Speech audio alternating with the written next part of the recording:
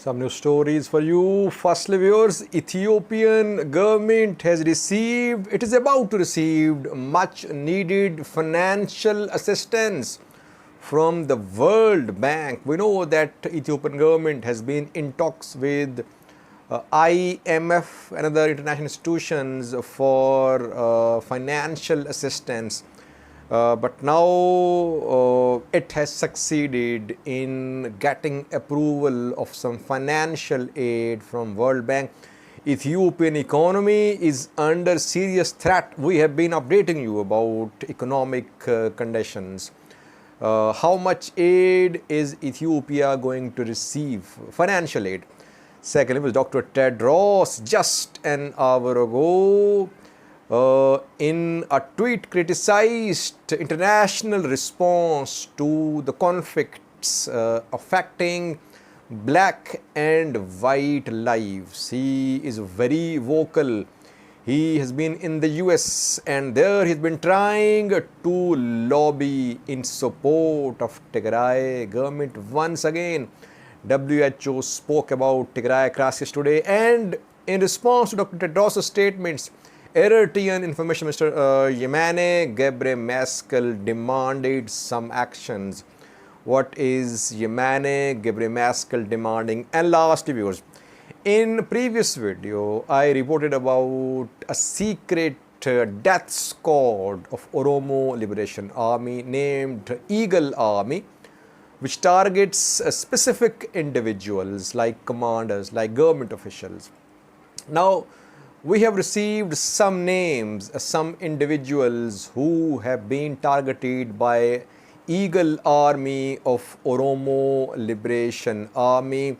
I won't disclose the names of the victims, but I would tell you about the places where these attacks happened, which is a confirmation that this Eagle Army is operating very close to capital Addis Ababa. Even inside capital, some attacks have been carried out by the members of Eagle Army of Oromo Liberation Army, OLA. Let's start with a new story which is about financial assistance for Ethiopian government. Ethiopian economy affected by Tigray conflict, by the ongoing drought, is in need of financial assistance. PM Abiy's government has been in talks with the IMF as well. It could not secure any major loans. Now, World Bank seems to be helping the Ethiopian government. Today, World Bank announced approval of 300 million US dollars for Ethiopia. This is not a loan, it is a grant. So it will not be returned by Ethiopia. It's financial assistance. World Bank has an international development association which has been working since 1960. This IDA, International Development Association, funds projects in poor countries. It funds projects in education, health, and other sectors. So this money, 300 million US dollars, it will be spent in Ethiopia for rehabilitation of people, for reconstruction of damaged infrastructure in education, health, and other departments. It will be a boost for Ethiopian economy. Ethiopia needs money. Ethiopia needs to have money to feed its people, to give shelters to its people, to rebuild its shattered infrastructure, and to support its shattered economy. A much needed assistance is coming for Ethiopia.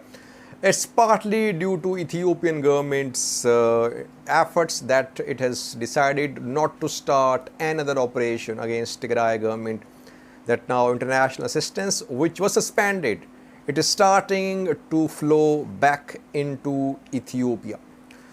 Secondly, viewers, we have a new story about a statement of Dr. Tedros, WHO head, World Health Organization chief, what is he saying? He says, the world is not treating international conflicts affecting black and white lives equally.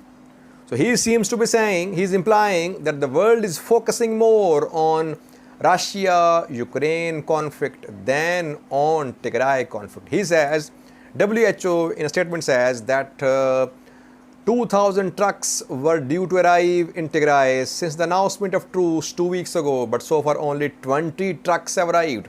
And WHO is again naming Ethiopia and Eritrea.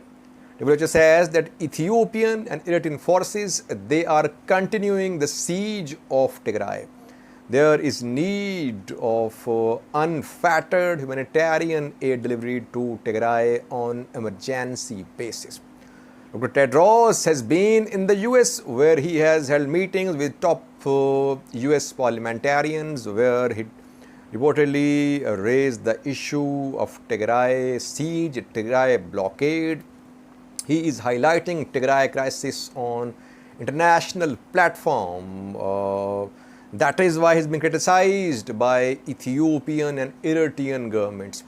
Yemane Gebremeskel, Eritrean Information Minister, responded to Dr. Tedros' statements. Yemane says Dr. Tedros is using WHO's platform for advancing agenda of TPLF, and UN and WHO must proceed against Dr. Tedros. If you remember, Ethiopian government a few weeks ago lodged a complaint against Dr. Tedros with executive board of WHO. Ethiopian government demanded inquiry into the conduct of Dr. Tedros, but nothing happened. Executive board of WHO did not take into account the complaint filed by Ethiopian government. Now Eritrea is demanding action against Dr. Tedros, while the world is demanding a lot from Eritrea, but Eritrea does not listen to the world. How would the world listen to Eritrea? Lastly, viewers, we have a new story about Oromo Liberation Army. In previous video, I reported about an assassination wing or death squad of Oromo Liberation Army. Its name is Eagle Army. And now we are receiving reports about the operations, the activities of this group, which mainly targets specific individuals, individuals like military commanders, government officials. We have received 7 names, 7 persons who have been targeted by this Eagle Army. Some of them have been killed. I won't disclose any names. I would just let you know about the places where the attacks happened. Firstly, first attack happened in Adama, at a distance from Addis Ababa, Adama. Here, reportedly, attack was carried out near an ENDF camp by Eagle Army. Other attacks, most of them were carried out in or near Addis Ababa, Ethiopian capital. 2 attacks were carried out in Borayo. Borayo is in Oromia Special Zone, right on the edge of Addis Ababa, Oromian border. Third attack was carried out in Addis Katimma, which is part of Addis Ababa. Fourth attack was carried out in Addis Ababa, Wingat. Fifth one in Gilan, close to Addis Ababa. So you see that this secret wing of Oromo Liberation Army has managed to penetrate Ethiopian capital Addis Ababa, where assassination style attacks are being carried out by the members of Eagle Army. And those individuals are being targeted who have been very active against OLA in recent months and years, and who are still active, like Oromia government officials Oromia security force officials, their top commanders, and ENDF commanders as well. An alarming development, viewers. It means that Oromo Liberation Army, it has managed to penetrate, though secretly, of course. There is not large scale military presence of OLA in Addis Ababa, but if Eagle Army is conducting operations in Addis Ababa, it means that it has now its presence there in the form of individuals. Whether you call them assassins or something else, but they are individuals. It's not that Oromo Liberation Army has a large scale military presence in Addis Ababa. But even if some OLA-backed attackers are there in Addis Ababa, it means that OLA has managed to enter the capital, where it can target top government officials now. This operation against Oromo Liberation Army will not be concluded in coming days. It can't be concluded, it seems. OLA is adopting unconventional measures to counter an onslaught by most of the region's forces and federal forces. So it will take some time for government forces to contain OLA. Can it happen? That is also a question. Thank you for watching.